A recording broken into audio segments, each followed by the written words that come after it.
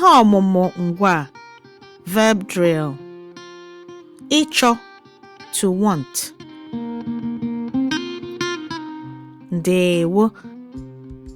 In this lesson, we're going to learn the verb ịchọ, to want. Ihe ọmụmụ ngwa verb drill. Ịchọ, to want. And so we're going to look at the different forms of this verb, to want. Ready? Let's begin. Ka anyị bido. The singular form. Ịchọ. Ịchọ. Achọrọ m. Achọrọ m. Achọrọ m.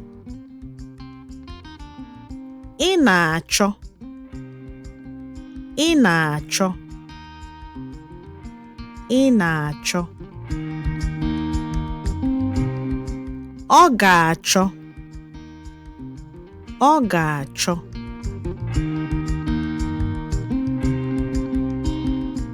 The plural. Anyị chọrọ. Anyị chọrọ. Anyị chọrọ. Anyị ga-achọ. Anyị ga-achọ. Anyị ga-achọ. Ha chọburu. Ha chọburu. Ha chọburu.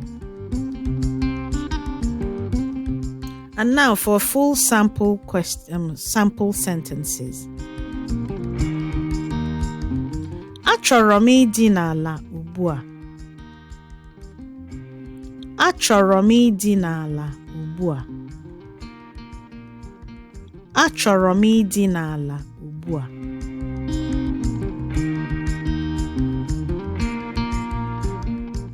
Ị ga-achọ ịpụ na mgbede. Ị ga-achọ ịpụ na mgbede. Ị ga-achọ ịpụ na mgbede.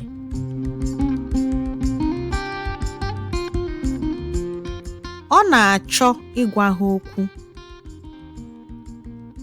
Ọ na-achọ ịgwa ha okwu. Ọ na-achọ ịgwa ha okwu.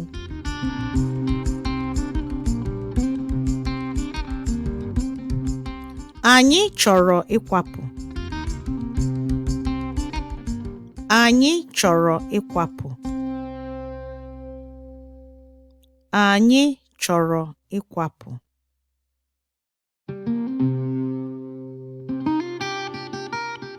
Unu achọrọ ịṅụ kọfị? Unu achọrọ ịṅụ kọfị? Unu achọrọ ịṅụ kọfị?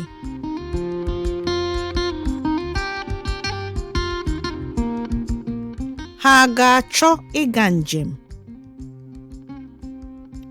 Ha ga-achọ ịga njem? Ha ga-achọ ịga njem?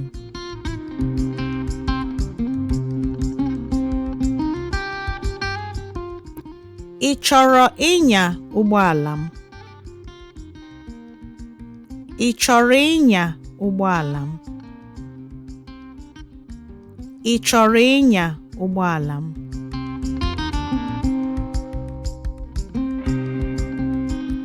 Anyị chọburu iri osikapa taa. Anyị chọburu iri osikapa taa. Anyị chọburu iri osikapa taa.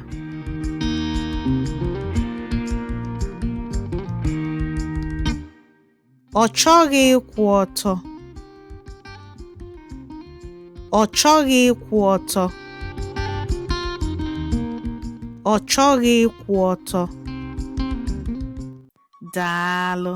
Thank you for watching.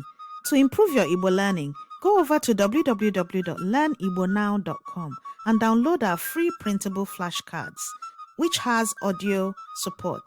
You'll also get access to our weekly newsletter, full of useful tips to improve your Igbo language learning, history, and heritage. Come, Messia. See you on the next video.